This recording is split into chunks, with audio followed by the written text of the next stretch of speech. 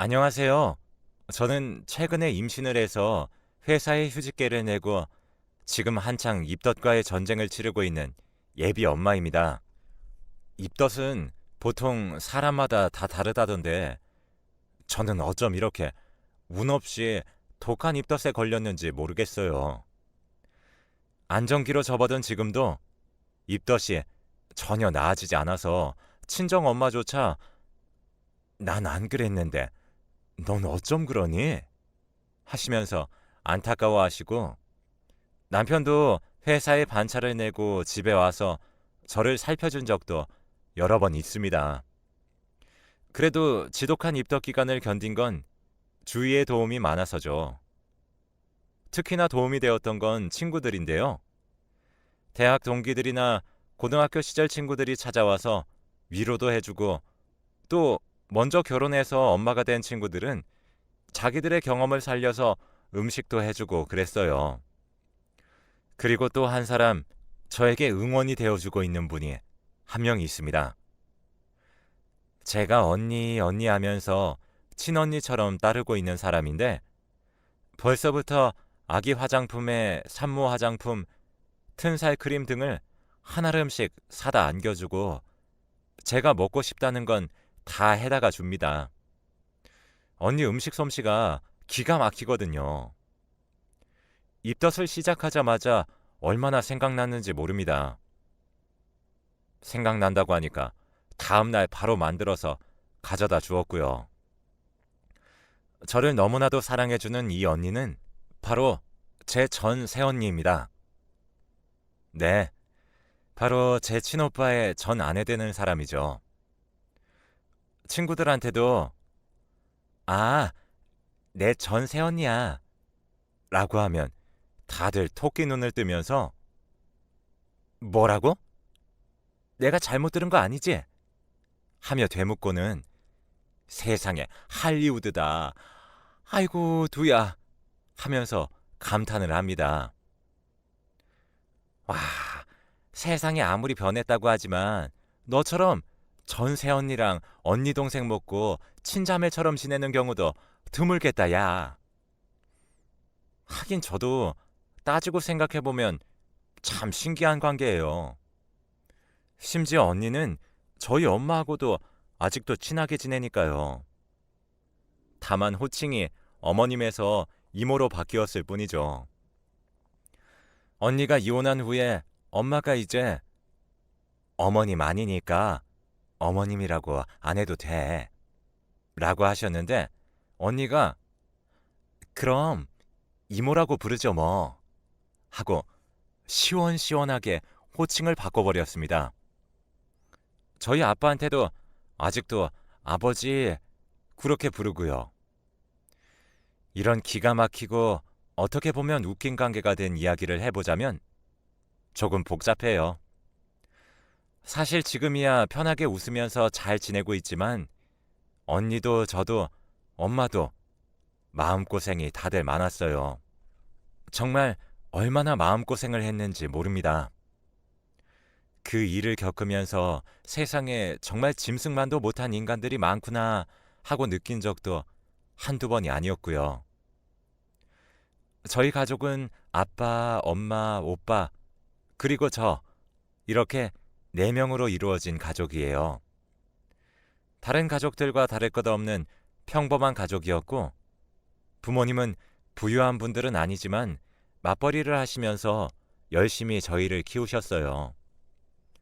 아빠도 엄마도 저와 오빠를 충분히 사랑해 주셨고 표현도 많이 하셨습니다.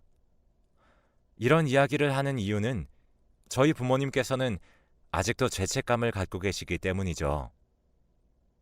제가 볼 때는 전혀 두 분의 잘못이 아닌데도 말이죠.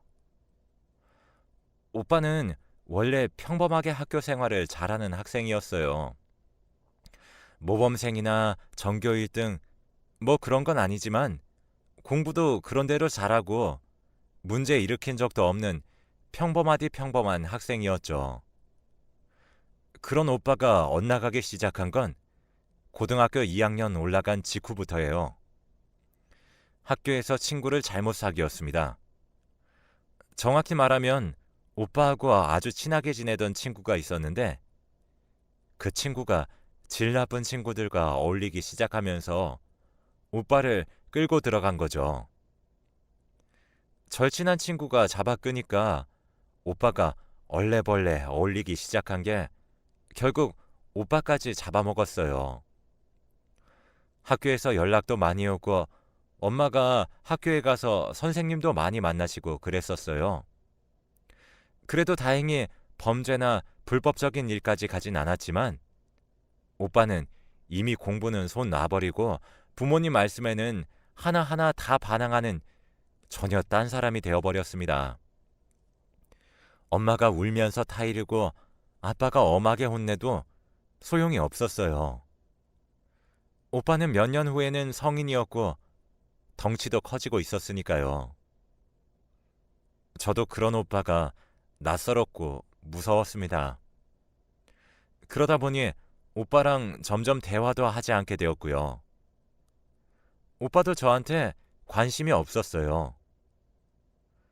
고등학교 3학년이 되자 학교에서는 강경하게 오빠와 오빠가 어울리는 무리들을 대처했고 결국에 그 무리는 말하자면 해체가 되었습니다. 심한 학생들 중에는 전학을 간 사람도 있었다고 해요. 그리고 그때를 기점으로 오빠와 오빠 절친도 얌전하게 학교 생활을 하게 되었어요. 애초에 둘 다 주체적으로 이끄는 애들은 아니었으니까 금방 얌전해지기는 하더라고요. 그런데 성적은 이미 바닥이고 좋은 대학을 갈 성적이 나올 리가 없죠. 다행히 고등학교 1학년 때 정상적으로 학교 생활을 했던 기록을 어떻게 잘 포장해서 지방의 한 전문대에 가게 되었어요. 대학 생활을 하는 동안에는 크게 문제 일으킨 것도 없었고 그냥저냥 생활 잘하는 것 같았죠. 성적이 뛰어나거나 그런 건 아니지만 그래도 학교에서 잘릴 정도는 아니었으니 계속 다닌 거겠죠. 오빠가 졸업하고 나서 저도 대학을 갔습니다. 저는 4년제 대학에 진학했어요. 그리고 1학년 때 선배였던 현재 남편을 만나서 연애를 하게 되었고요. 부모님은 또 다른 고민이 생겼습니다. 오빠가 졸업 후에 말 그대로 집에 눌러 앉으면서 놀고 먹는 거예요. 오빠는 시력이 아주 나빠서 군대도 가지 못했습니다. 아빠는 신검 결과만 정상이었어도 군대라도 집어넣었을 텐데 라고 하셨어요. 아빠가 졸업했으면 일 구해서 독립해라 라며 강하게 말씀하신 적도 여러 번이었지만 오빠는 네네 이렇게 대답만 할 뿐 일을 구할 의향이 전혀 없어 보였어요. 용돈이 필요하면 단기 아르바이트를 몇 번 하는 것도 같았는데 어째 제대로 된 일은 구하지도 않더군요. 너 여기라도 취직해서 일해라. 아빠가 아는 최후 통첩이고 여기서 일 안 할 거면 집에서 나가라. 어느 날 아빠가 오빠에게 하신 말씀이었어요. 제가 대학교 4학년 때 일이었죠. 아빠는 아빠 대학 선배를 통해 어찌저찌 일자리를 구해오셔서 오빠에게 당장 내일부터 옷 차려입고 출근하라고 하셨어요. 어떻게 보면 아빠의 인맥발로 들어가게 된 회사지만 그렇게 해서라도 아들을 백수로 내버려 두기 싫으셨던 아빠 마음도 충분히 이해가 갔어요. 네가 안 구하니 내가 구해왔다. 이러면서 일하라고 강하게 말씀하시는 아빠 때문에 오빠는 결국 아빠 선배 되시는 그분의 사업체에서 일을 하게 되었습니다. 아빠의 눈치가 보여서 그런가 의외로 얌전히 출근도 잘하고 한번 일을 시작하니까 착실하게 잘 다니기 시작하더라고요. 저렇게 일하다 보면 언젠가 꼭 더 성실하게 일해서 사람답게 잘 살 거야. 엄마는 오빠를 믿어. 그래도 학창 시절을 그렇게 놀았는데? 그래도 엄마한테는 자식이잖아. 엄마는 내 자식이 애초부터 천성이 나쁜 애라고 믿지 않아. 엄마의 말이 그렇게 시원치는 않았지만 저도 당시 졸업을 앞두고 취업 준비로 바빴고 엄마의 희망적인 마음을 깨고 싶지 않아서 오빠 얘기는 거기서 멈추었습니다. 당시 오빠랑은 거의 남이다시피 얘기를 하지 않고 서먹함의 끝을 달리는 사이기도 했고요. 그래, 일하다 보면 성실하게 사람 되겠지 하면서 그냥 넘어갔었어요. 저는 대학교를 졸업하고 나서 한 기업에 취직했습니다. 남편은 졸업 후에 현역으로 입대해서 복무를 시작했고요. 제가 내가 먼저 열심히 벌어놓을게. 제대하고 오빠 취직하면 결혼하자. 라고 했더니 남편이 난 진작에 적금 들어놨어. 하더라고요. 그렇게 저희는 결혼을 약속하게 되었죠. 이미 서로 부모님들께도 인사드린 상태였고 저희 부모님도 남편을 좋아하셨어요. 저도 시부모님께 처음 인사드렸을 때부터 좋게 봐주셔서 따로 인사도 드리고 종종 뵈었었고요. 그러던 어느 날이었습니다. 아마 제 기억에 남편 제대하기 정말 몇 주 전이었던 걸로 기억하고 있어요. 아버지, 엄마, 저 결혼하겠습니다. 뭐? 네가 결혼을? 네가 만나는 사람이 있었어? 네. 길게 만나진 않았지만 저랑 잘 맞고 좋은 여자예요. 결혼하겠습니다. 오빠가 난데없이 결혼 선언을 했습니다. 진작에 연애 사실을 밝히고 만나던 저와는 다르게 오빠는 자기 연애사나 만나는 사람에 대해서 아무 말도 하지 않고 있었거든요. 그저 얌전히 회사나 다니면서 일하는 줄 알았던 아들이 갑자기 며느리를 데려오겠다고 하니까 부모님은 당황하셨죠.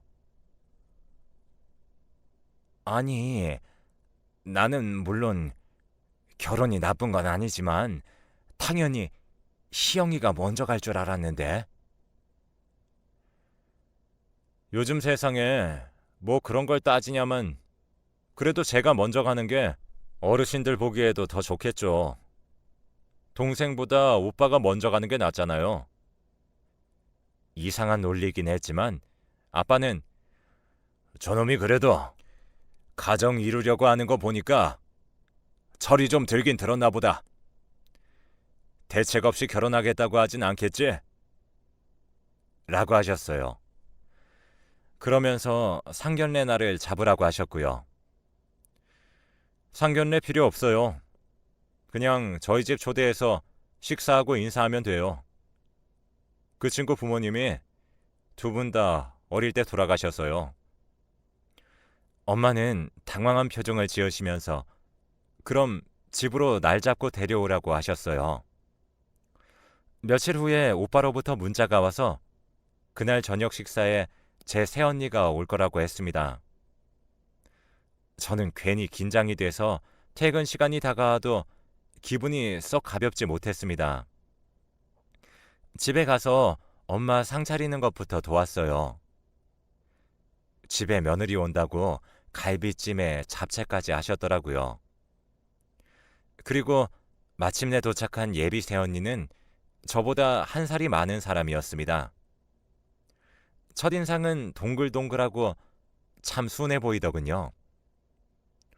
수줍게 저와 엄마 아빠에게 인사하는 언니는 목소리도 그렇게 크지 않았고 소위 말하는 못된 새언니의 인상은 전혀 없는 사람이었어요. 솔직히 속으로 오빠에 비해 너무 아깝다고 생각했죠. 어쩔 수 없는 일이었지만 오빠의 학창시절 때와 엄마 아빠에게 반항하던 모습들, 졸업 후 게으르게 집안에서 과자나 먹던 모습들이 떠올랐거든요. 그래도 가정 이루고 나면 더 열심히 살겠지. 이런 생각을 하면서 마음속으로 예비 새언니를 응원했어요. 예비 새언니는 양친을 사고로 잃고 고교 졸업 후 바로 취업을 해서 일하고 있었죠. 오빠와는 오빠의 회사랑 거래처 연결이 되어서 오다 가다 만났다고 합니다. 부모님도 착한 며느리를 데려온 것 같다고 하셨고 결혼을 허락하셨습니다. 아빠는 오빠가 방황하던 시절부터 엄하게 대하시고 혼내기도 하셨지만 그래도 아들이 가정을 꾸린다고 하니까 지원도 넉넉하게 해주시고 신혼집도 구해주셨어요. 결혼식도 예비 새언니의 가정 사정상 크게 올리지 않았고 작은 식장에서 조촐하게 올렸어요. 언니와 오빠는 저희 집 근처에서 멀리 안 떨어진 곳에 살림을 차렸고요. 새언니하고는 사실 처음에는 어색했습니다. 아무래도 오빠랑 저의 사이가 서먹하니까요. 언니는 저를 보면 예의를 갖춰서 아가씨 아가씨라고 부르고 존대도 했지만 아무래도 만난 지 얼마 안 되어서 어색하더라고요. 더군다나 저는 못된 시누이가 되기는 싫어서 일부러 언니네 집에 간섭하는 것처럼 보인다거나 그런 오해를 사기가 싫어서 일부러 거리를 둔 것도 있고요. 그래도 언니는 엄마한테 참 잘하더군요. 사이가 좋은 고부관계였죠.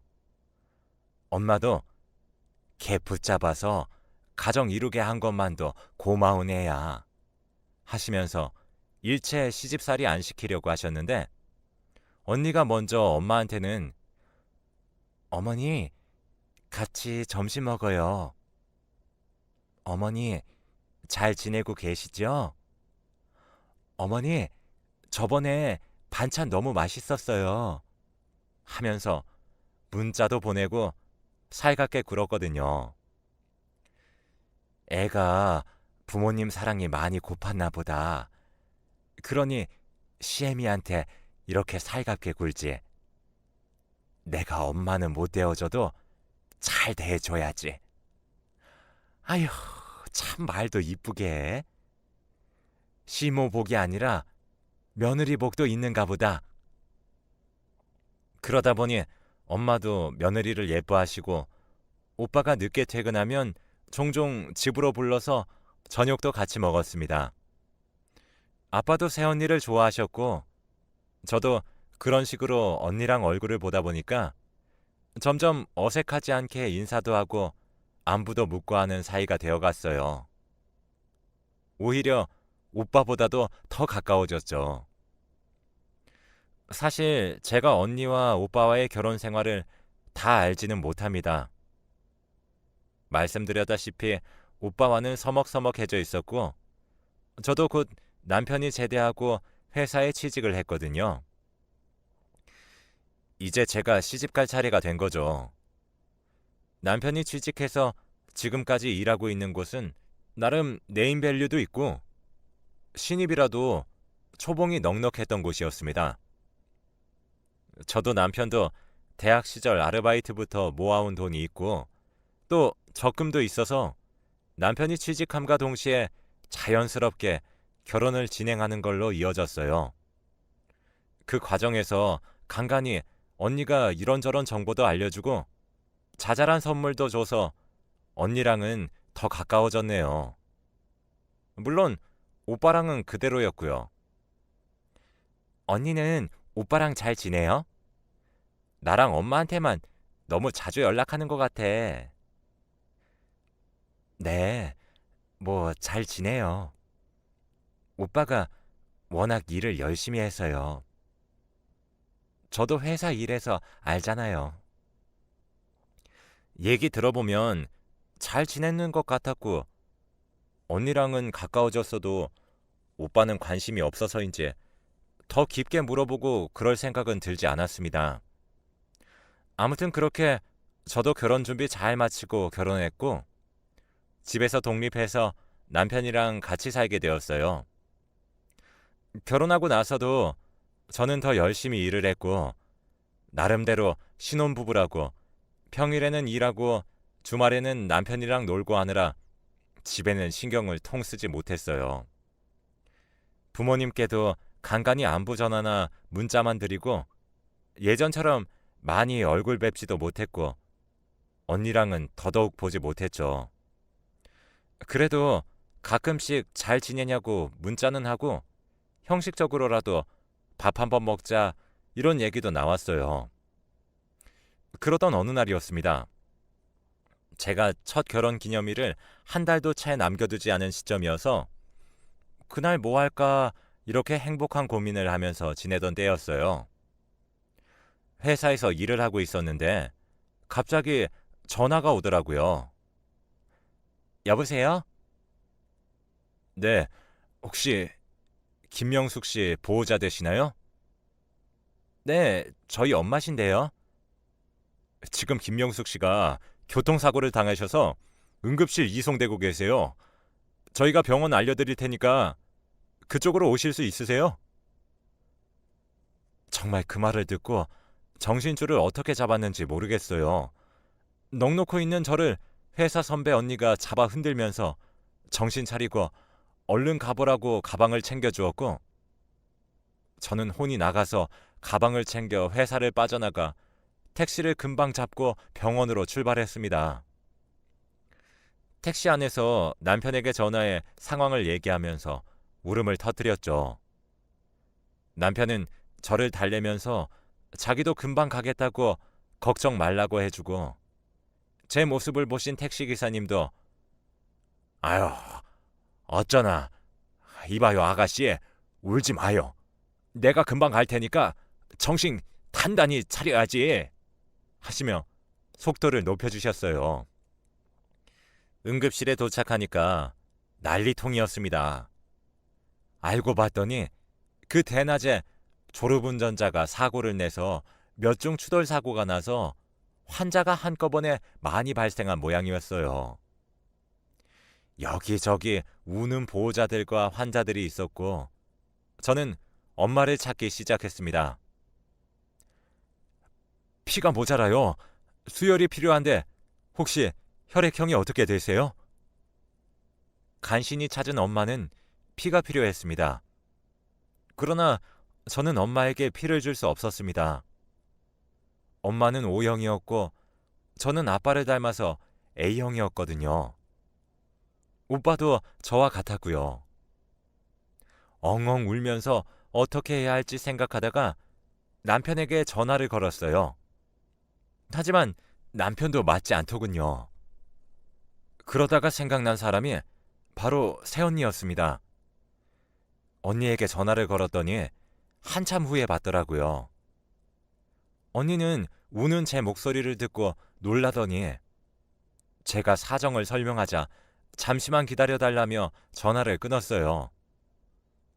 조금 뒤에 언니에게 문자가 왔더군요. 내가 O형이에요. 아가씨, 내가 금방 갈게요. 걱정 말고 울지 말고 기다리고 있어요. 라고 말이죠. 정말 그 기다리는 시간이 2000년 같이 흘러가고 30분이 거의 다 되어서 언니가 도착했어요. 그런데 저는 깜짝 놀랐습니다.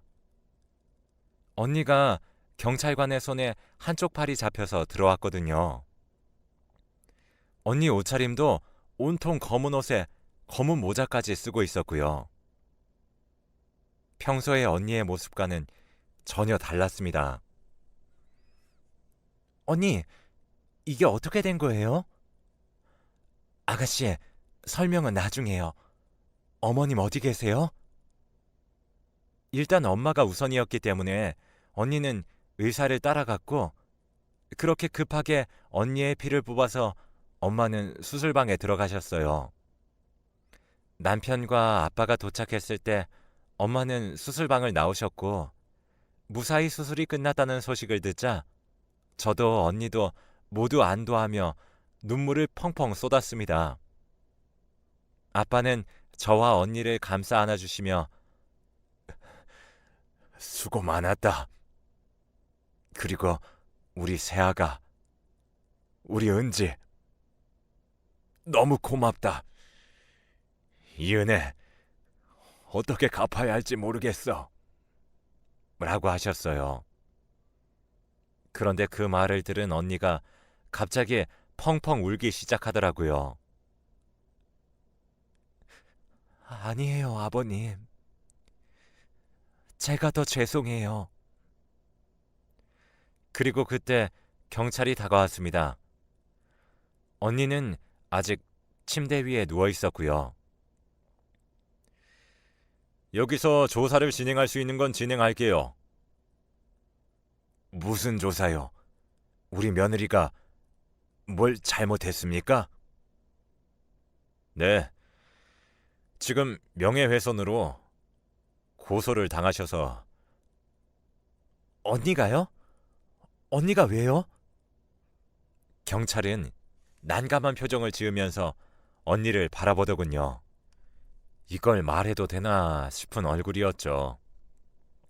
언니는 눈물을 흘리다가 제가 말할게요.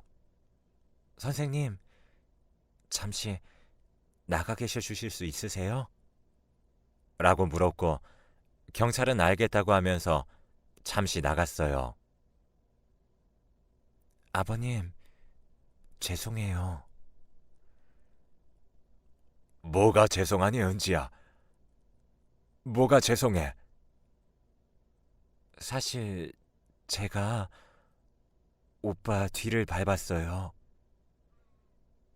오빠 몰래요. 스토킹처럼요. 뭐? 재영이 뒤를 밟아? 그런데 왜 네가 고소를 당해? 오빠가 바람을 피웠어요. 지난달에 눈치를 채서 열심히 증거를 모았는데 증거가 없어서 결국에 오빠랑 그 여자랑 문자한 거 보고 오늘 일정이 있다길래 뒤를 따라갔어요.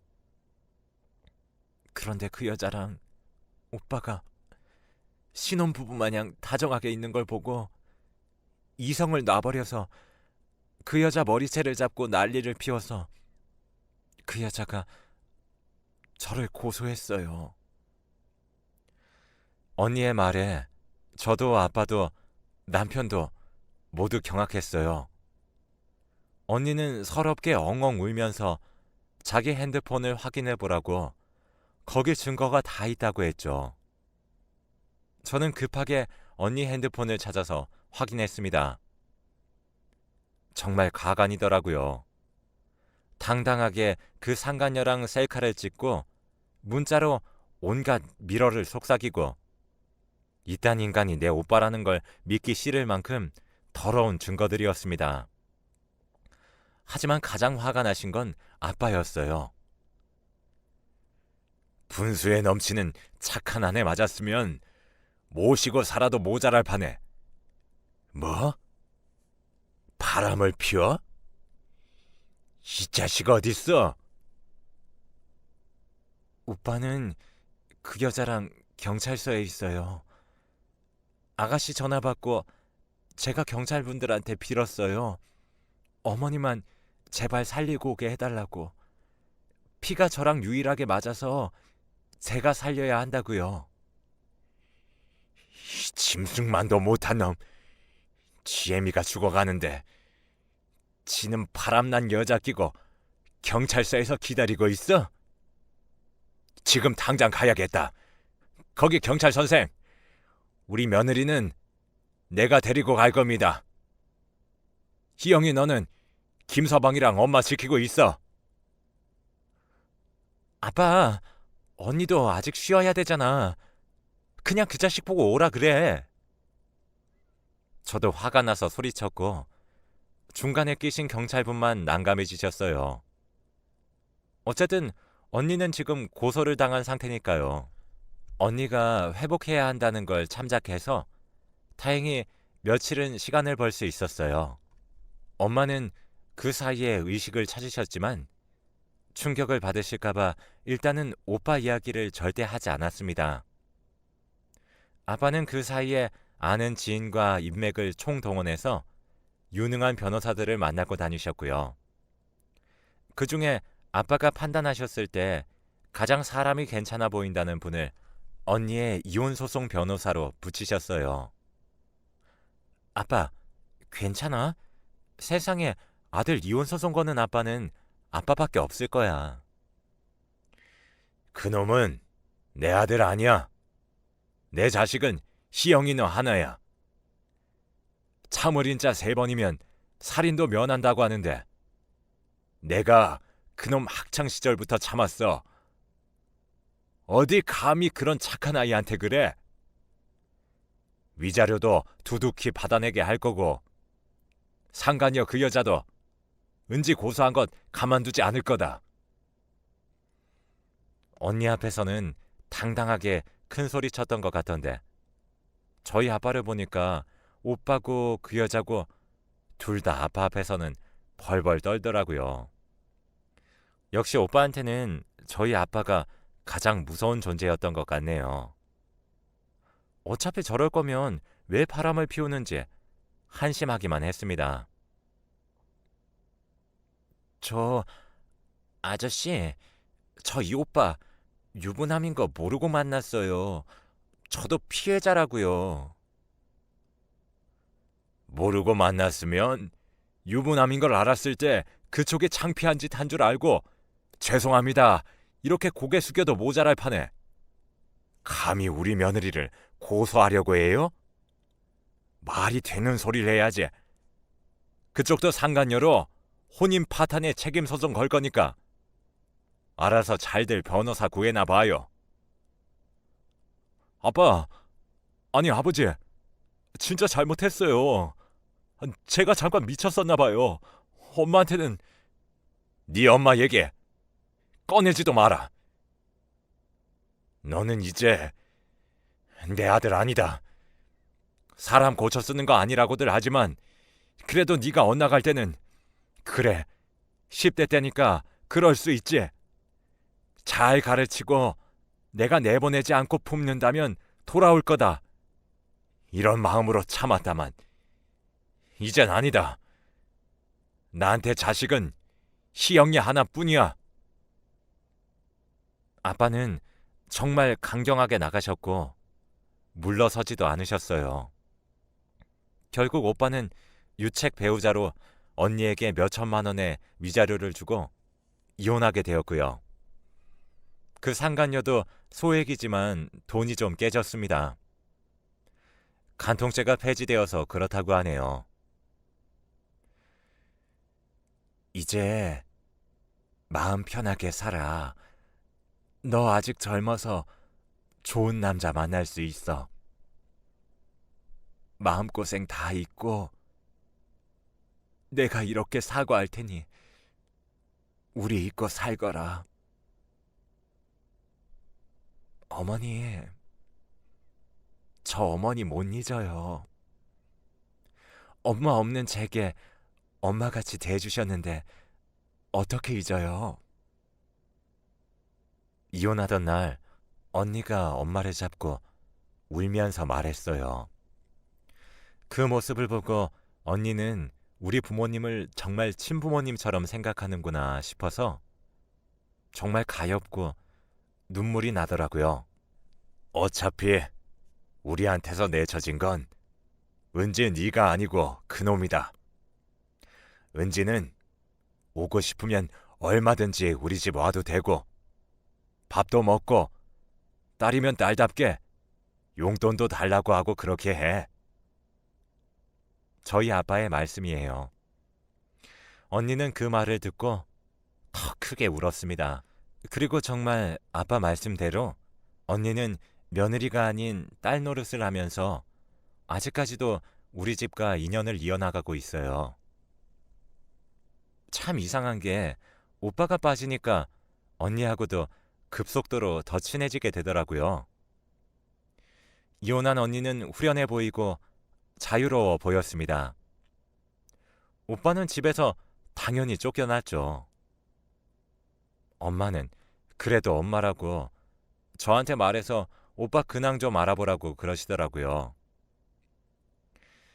남편한테 부탁해서 수소문을 해봤는데 오빠는 고등학교 동창들이나 대학 동기들의 집들을 다니면서 식객처럼 생활하다가 지금은 지방에 있는 한 공장에서 일하고 있다고 했어요.